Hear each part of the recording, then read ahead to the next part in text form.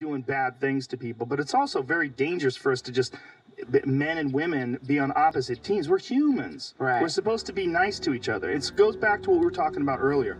We don't say that enough. I really don't think we say that enough. I really think we need to, it should be reinforced. And it sounds like, oh, it's a fucking great thing. That's your advice, bro? Be nice to each other? Yeah. Yes, it is my advice. It's not my only advice. Right. I think you should also get your shit together. I think you should have some fucking discipline. Yeah. I think you should eat right. I think you should do a lot of things. I think you should read books. I think you should pay attention. I think you should try to educate yourself. I think you should try to be aware about objectivity and tribalism. Where are the influences? And I also think it would be really nice if we all just agreed to be nicer to each other. And just have it as a conversation that the country has, and then ultimately the world has. But that list of things you just gave before that, I think that all fits into the category of being kind to yourself. And I think that, that the way you're going to learn to be nice to other people is by learning how to be kinder to yourself. And being kind to yourself means treating your body better. And getting, you know, that's loving yourself. And like, this is actually one of the things this guy Jack Kornfield taught me, which I like a lot, because I was talking to him about, man, you know, I want to fucking get in shape, and like I feel bad because I want to be more in shape. And he's like, okay, but the way you're talking about it, you're hating yourself right now. Yeah. Don't get in shape because you hate who you are. Right. Get in shape because you love yourself enough to want to feel better and to want to. So just saying that like changes the way I'm looking at it. Yeah. You know what I'm saying? Like you just saying that, like Right. Yeah. Don't hate your body. Love it by getting it healthy, and then by loving that's loving yourself. It changes the intention around from like I'm going to destroy my former self and replace it with a better self. It's like I'm going to love this being I am right now, and the way I'm going to do that is by, you know what? I don't need to have 5 beers a night. You know, I don't need to pour the booze into the thing every night as much as I have been, or I don't need to smoke cigarettes, or I don't need whatever the thing is. And that attitude of like, I'm not doing this because I hate myself. It's just, this is different ways of for me to express love into my own world. And then from that, it radiates out. That's what you did. I mean, that's what you do, is like part of what appeals, I think, in you that appeals to people is that you're sort of radiating this like way of being that offers a lot of people a sense of like, oh shit, I could probably do that. I could probably do that. And it draws people in. So this kindness that you're talking about, it's contagious. Dude. Yes, it is contagious. Yeah. And it should be. And it's, our cultures operate on the momentum of the people that are in them. Right? Nazi Germany is a good example. So is Denmark. So is Norway. I mean, there's really interesting cultures that are very different from other cultures. China is very different from Ethiopia. I mean, we vary widely in the way we behave. Yeah. And I think there's a bunch of different styles of being a person. Yeah. And I think the problem is, and this is a problem that I had as a young man, I had an ultra competitive issue. I was competitive with my friends. I was competitive with other men. I was competitive. I would shit on people that I didn't know. Look at this fucking loser. You know, it's a natural thing that young men go through. And it took me until I was probably in my early 20s till I realized how toxic that was. And I moved myself out of it and instead started celebrating people around me. I changed my vibe. That's it. Because I was very flawed as a young man, but also super hyper self-critical.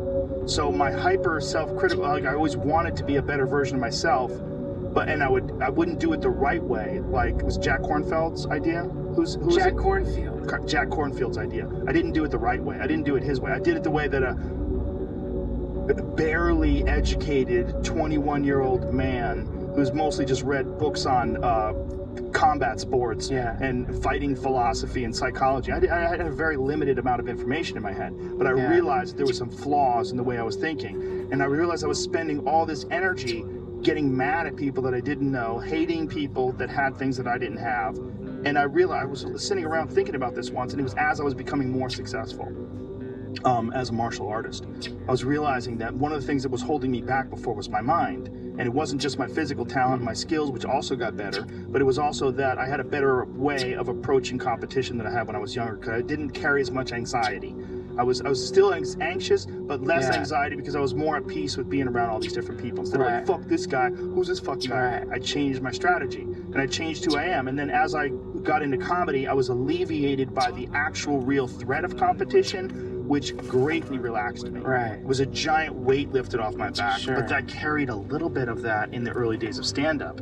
I would look at other comedians like, fuck this guy. Right. I get jealous of guys that were doing successful, that were doing well, rather, that were successful. I got jealous of guys who were funnier than me. Like, why is he fucking funnier than me? It was a stupid thought process. And it took me till I was like, 22, 23. I started realizing, like, I gotta snap out of this. This is unhealthy.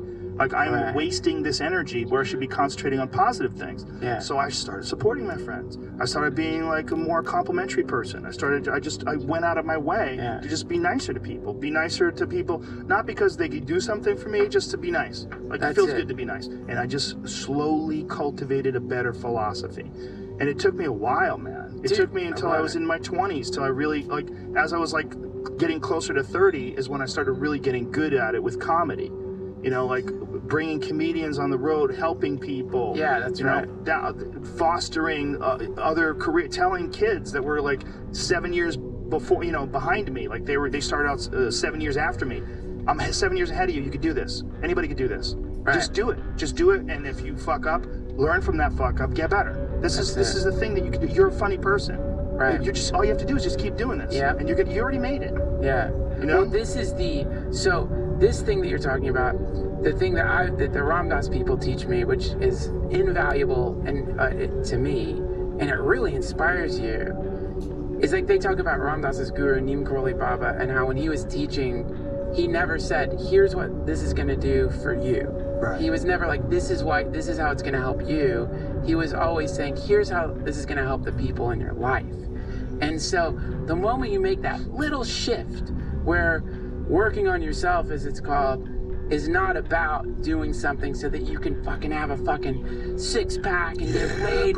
But the moment you start doing... With a scarf on. Yeah, in a cowboy ride a horse. Shaving your stomach. But the moment you start fucking doing this stuff, because you know that it's going to directly help the people around you in ways you can't even imagine. Like, you don't even know yet. Because there's going to be a moment in every single person's life where someone comes up to you who's in a lot of trouble and they need help. And it might not be money, it might just be something you could say to them. It might just be something you need to be lucid in that moment. And because you've been like, not paying attention, and you're blurry and you're angry and you're fucking shut down, that you're not even going to see that person. Right. That person is going to just be another face in the crowd that you don't even see.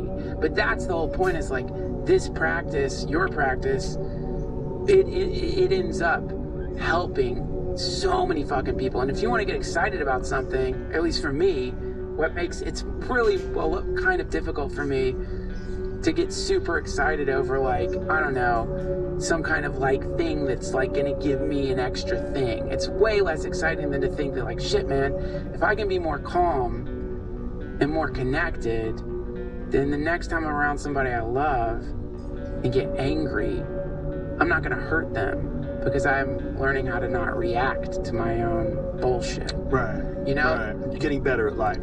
Yeah, and it's through trial and error. I mean, that is a trial, error, honesty, and you also have to realize that we're not all coming from the same starting block. Right. Some people came from abusive childhoods. Some people came from super supportive and loving childhoods. Some people were spoiled as children, and so they're the people that struggle the most sometimes. You've seen kids that grow up in like really rich families where the parents weren't hands-on. They're so disconnected. Right. They feel really weird and entitled, and they have a very distorted version of the future. Yeah. And those people, it's very hard to adjust from a place of bounty to a place of struggle and success and self-realization. It's almost more difficult for some of those people. That's compassion. Look, me growing up as a person who didn't have money, and thinking as when I was a child, my family was on welfare. Thinking, I still can remember, at least I have an idea of a memory of us drinking powdered milk. I remember that. I remember being really embarrassed if people would come over our house. We had powdered milk. We were poor, and that memory of being a young man, of being a struggling young comedian, doing a bunch of odd jobs, trying to make it, like this real hunger and worry. I remember one of the most embarrassing moments of my young life. I had this thing fall out. It was like some management company was interested in me, and they were like a music management company, and they were thinking about branching off into comedians. This guy was talking to me about it, and it was falling apart, and I was driving with my girlfriend, and I was 21, and the whole thing was so frustrating to me that I just started crying. Tears rolling, and I remember she looked over at me, she's like, "Are you crying?" And I was like, "Yeah, fuck, yeah." And she's like, "Oh." Like, she was like mocking the fact that I was crying. Oh my God. She couldn't help herself. You know, she was same age. We were both like 21. Right. We were both kids. You know, and she just thought it was a bitch move. Yeah. Just be crying about being frustrated about your career. And I remember being so embarrassed. Like, why did I let that out to her? Like, why did I let that out in public? Yeah. This frustration of not knowing where the future lies. But that frustration and that hunger of like wanting to figure out a way to get out of this cycle of working shitty jobs and figure out how to do something that I actually love doing, like be a comic. Like that burning hunger because you don't have shit. That's where it all comes from. But you don't know where the fuck you're gonna pay your rent. Right. You do not have an escape route. There's no net. You gotta figure this fucking thing out, man. And you're not figuring it out right now. Right now it's falling apart. Nobody thinks you're any good. You can't get booked. Like, fuck. You're trying to figure out what's the next job you're gonna get so you can feed yourself while you try to figure out this weird thing that nobody can really tell you how to do. Yeah. You know, but that going through that struggle, that is everything. But people need to hear that you went through it too. They need to hear that during the dark days where it doesn't seem like it's ever gonna work out. Are you alive? Can you see? Can you talk? Can you think? Get better. Get better. Get better at whatever you're doing. Just get better. So you suck at it now. Everybody sucks at everything when they first start. That's the whole thing about getting good at something. But if you love it and you're really honest, don't lie to yourself. Don't lie to yourself. Look at it for what it is. Look at it for what it is and work on it. Whatever the fuck it is. Whether it's writing books or making music or composing computer code. Whatever the fuck you want to do. If you suck at it, get better.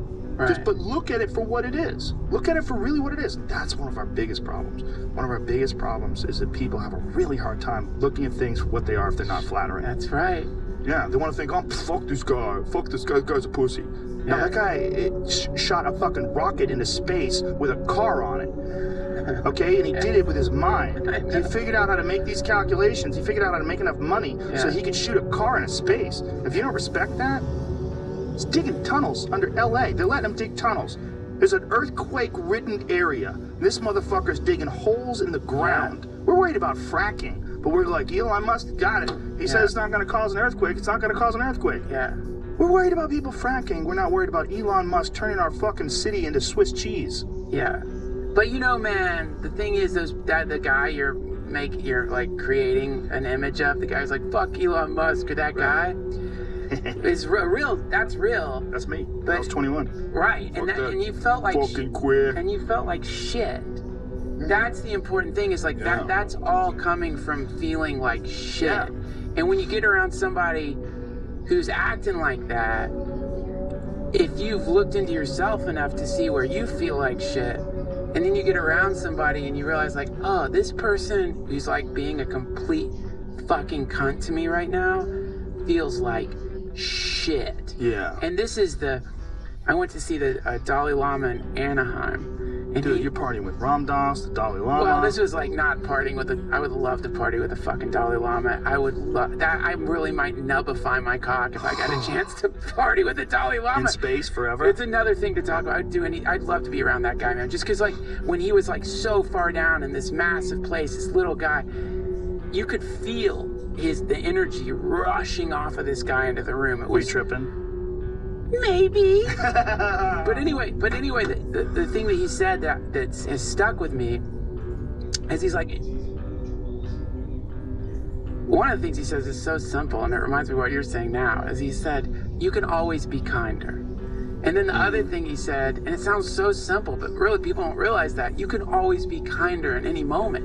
And then the other thing he said is if someone's being unkind to you, it's not them being unkind to you, it's an echo, is what he said. Like, it's literally an echo of the unkindness, people being cruel to them throughout their lives, and that shit is bouncing off of them like sound, it's bouncing onto you. And so when you get around someone who's like being a shit, what you're really experiencing is that you're a lot of sorrow from a lot of places you don't know. And that doesn't mean you're supposed to lay back and let them like spit on you or be a shithead to you or whatever, but it helps you find a little bit of compassion. Right. That's all. Just so you can be with that person and let them be what they are without adding more suffering to it. Right. Yeah. Which only compounds the situation. Well, you have to learn how people are responding to that behavior too, and adjust accordingly. And do the hard work and look at yourself. And when people get super self-indulgent, one of the things they do is they don't think about how other people are experiencing them. Right. Like if you're around people like, fucking worst luck, always fucking happens to me, it's the same thing every day, I'm at work, fucking boss knows that I wasn't Mike that put in the work, I put fucking 65-70% of the work in. That's it. Me, I'm bitter, why did she leave? Why did she leave? Yeah, those people are gross. You're like, I gotta go, man. I can't. When people start to go, what should I do? What is the worst thing people do to you? When they go, what should I do? What do you think I should do, man? I need some advice. I need some advice. Hey! No, you don't. That's not what's going on. You want me to talk about you. You're making me focus on you 100%. You're not asking me for help. You're not doing a goddamn thing for yourself. You're not helping yourself at all. What you're doing is making me concentrate on you. Wow. Hey, bro, I'm fucking really feeling depressed right now. Well, do something about it. Wow. So I'm not saying don't reach out to your friends, but I'm saying you gotta do something too, man. Right. You can't just always talk about your problems. Man, I fucking talk about my problems. You didn't want to hear them. Because that's all you talk about. Yeah. Was your whole life a problem? Right. Jesus Christ. Yeah. Maybe that's the way you're thinking. Maybe that's the way you're behaving, the way you mapped out your life. Right. I'm not saying that you shouldn't be there for your friends when issues arise. And certainly all of our friends are super supportive. We've all gone through some weird shit in our lives. We've all been super supportive. But if I'm super supportive to you, I know you're super supportive to yourself. Yeah. I know you're working on yourself too. Right. You're not just relying on me. Hey, bro, what should I do today? What should I do tomorrow? Yeah. What do you think? If you could sit down here with me for a few hours and map out my future, I would really appreciate it, man. Because it's just fucking hard out there for me, bro. You got it easy, Duncan. Yeah. This is bullshit, dude. You're fucking, you know, man, fucking, you got a good head start. You're a white guy from North Carolina. Fuck you, dude. It's what it is, man. They just come up with these toxic excuses for why their life is shit without ever looking inward. And they want you to admit your privilege and admit your fucking advantages, bro. How about you, Duncan? Yeah. How about you fucking admit it was easier for you than it is for me? Right. But my dad's an asshole. But the question is, like, because I know exactly what you're talking about, and I know that person, and I know what everybody that is. Does. But when I run into with that is there's a part of me that, and I like what I know sometimes you just have to put someone, you have to like avoid their presence. I thought you were going to say put them on blast. I thought you were going gangster. Not put them on blast. No, because it doesn't work. That doesn't work. But maybe it does for you. I don't know. But it doesn't work. There's they just get mad at you. But right. So but there is a thing of like and this is where I might just be fucking naive or crazy or one toke over the line. Sweet but Jesus. I believe that with anybody that you're around, if you've cultivated love, like if you can really love them, even in the midst of that cyclone of bullshit that you're talking about, if you could look through the cyclone into their soul, like into what they are, that's love, and see that and love it, then the cyclone will start calming down a little bit right in front of you. I think it's possible. I think it's possible that and this is why I think it's fucking worth figuring out a way to cultivate this shit that you're talking about, so that when you get around a turd cyclone like that, you know, that you become potentially the person who, like, not by giving them money or giving them advice, but just by giving them love and letting them be this cyclone of shit for a second and loving it for real, you might be the thing that just like Musk's fucking Tesla hits the meteor and sends it into Earth, you might be the thing that dings the meteor of their life and prevents the catastrophe that they were spinning towards. It's entirely possible, but it's also entirely possible that, like most things in life, you need a lot of various elements. You don't just need one person that you cling to. You need to look at humanity as a whole. You need to seek inspiration in the great work of others. And you need to look at yourself in a way that you think maybe perhaps other people look at you. And that is something that a lot of people don't do. And that lack of introspection and self-critical thinking is one of the reasons why people don't change. Because they don't adjust.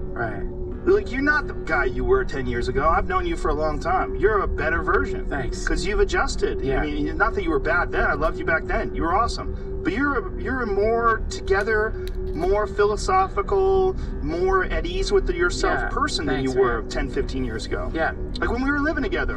And we lived together when you were at a down spot. Yeah. You're a totally different human now. Yeah, right? that was cool. Yeah, and you were, and that's the thing, man, because you were like, in those moments when you were like, when we're riding in my fucking Mini Cooper and I'm trying to listen to Elliott Smith and you know I'm depressed, and you're like, dude, what are you listening to? What the fuck are you listening to? I'll never forget that. And I'll tell you, man, in my head, I'm like, what a dick. You know what I mean? I was definitely being a dick. Yeah, but what that was like, it was what you were doing is helping me like get out of that vibration that I was You were wallowing in it. Yes, and I needed in it, and I didn't. In those moments when you were doing that shit, I was like in my head resisting, and I'm like, you know. But that's the other thing. When you decide to help somebody in that way, you can't expect it's going to happen. Their shift or change is going to happen instantaneously. But because of that, I still, to this day, when I put on Elliott Smith, I think of that moment, man. I hear your voice in my head going, Duncan, what are you doing? Because, you know what I mean? Because, and I'll tell you why, man, because sometimes you can listen to Elliott Smith and not be wallowing, and it's just really pretty and sweet. Yeah. But don't listen to that shit if you're wallowing, because it's like, it's only... Don't feed the wallow. Don't feed the wallow. Yeah, don't feed that wallowing spirit inside of you. You don't need to feel that. Like, everybody experiences loss. Everybody experiences loss, and everybody experiences bad moments. You're just going to. You're never going to get life perfect, right? So during these bad moments, what you got to realize is just accept it, feel it, get through it, realize it's a journey that you're going to get through, but realize that there's better ways to navigate it than some. And some ways are really bad. Heroin's a really bad way to navigate it. You start doing heroin and start fucking listening to Elliott Smith and go holding a knife over your stomach in the middle of your fucking bedroom going, fuck it, man. Fuck it, man. You can't do that. You can't do that. Well, you can. But, but it's not the healthiest way to go. That's going to give people around you and you yourself the most joy. It's not necessarily selfish. It's self-indulgent for sure. I don't necessarily think it's selfish. I think it's just it's a pattern of behavior that you can get trapped in. And I think we've all been in bad situations where you just feel like shit. Like you get in a pattern of behavior and you feel trapped. But you gotta learn from other people who have been through those patterns and learn from your own experiences getting through patterns. Yeah, because that's the thing, man. It's like, when you get around someone who's like a teacher figure like you, or you get around someone who's like really doing it from love and not trying to fucking like fuck with you, because that can happen too. That's the worst. Or be superior to you or whatever. Right. Like put you down and put you down. Yeah. When you get around somebody who's like doing it out of love, there is such a massive difference in the way that feels, and what they do quite often, or what a lot of my teachers do, which is really fucking cool. Because like in the same way you've seen me kind of go shift, you know, a lot of my teachers from the Ram Dass camp, like in the beginning, when I was actively trying to offend them, because that was what I would try to do, is like just be funny. Not be funny, because I was thinking, if I can offend these people about the practice they're teaching me, and they're like, hey, you can't say that, or that's blasphemy, or anything like that, then I know to get the fuck out of there. Because it's like, you know what I mean? Because so you were calculated? Fuck yeah, I was calculated. With one of my teachers, Ragu, I would like... His name's Ragu, like the spaghetti sauce? Well, it means a different thing in the hunt. Fuck it does. Change your name, bro. No, it means... Change it. Hey, my name's SpaghettiOs, but listen, bro, don't think about it like that. My master SpaghettiOs taught me. What the fuck did you say? He's amazing. And like in the same way, you're doing that with him. Garlic. The same way you're doing that with him, I would try to do that with like their teachers, and I would try to do that too, because I was like, fuck it, if they get mad at me, then I know, then who can, if there's a thing where I don't like blasphemy, I don't like the idea I can blaspheme, man, that freaks me the fuck out. But it was like with Neem Karoli Baba, you know, they tell me these stories, and I'd be like, you know, I just don't really believe that, man. Like I don't know if I believe that shit. And Ragu, I still remember saying that, walking at the retreat with him in Hawaii, and he gets a big smile on his face. He's like, yeah, Yeah, don't blame me for not believing it. It's like, whoa, cool, man. This is fucking cool. Yeah. And like, that's the, so when you get around a real teacher, what I'm saying is the place that you're at, they let you be there, but they're not like, in the sense that they're letting you do the pattern that you're in, but by allowing that to happen in its own way, and then adding to it the intention of like, I think I'm gonna help you grow here. That's when you really start changing. Not when someone's like, when you were in the car and listening to Elliott Smith, and you were fucking recognizing in me a lot of sadness and a lot of fucked upness. You weren't scolding me, dude. You were giving me love, but the way you were giving me love was by making fun of me in this really sweet way, and it worked. You know what I mean? It was. So that's the thing. That's what a real teacher does, and that's why it's like, you know, to learn how to get to that spot is one of the most important things you can do. Well, it's also, from a selfish standpoint, when you have a good friend that is all of a sudden looking for a place to live, and then they can live with you, it's cool, it's fun. Right, but it also feels really good to help somebody, and to help somebody that you love and you really care about. So, I mean, I don't even think I thought about it for 3 seconds. When you called me up and you were in a hotel room, I go, dude, come live with me. Yeah. It was like instantly. There was no hesitation. Like, hey, Duncan's living with me. Like instantly, I was like, you got a place to live, dude. You never have to worry about not having a place to live. I wanted you to, you know, and also I've had a lot of people that I've offered the tank to. Like, anytime you want, come on by, you can use the tank. You were the only guy who used it on a regular basis. Like when Tate lived with me, he didn't touch that fucking crazy thing.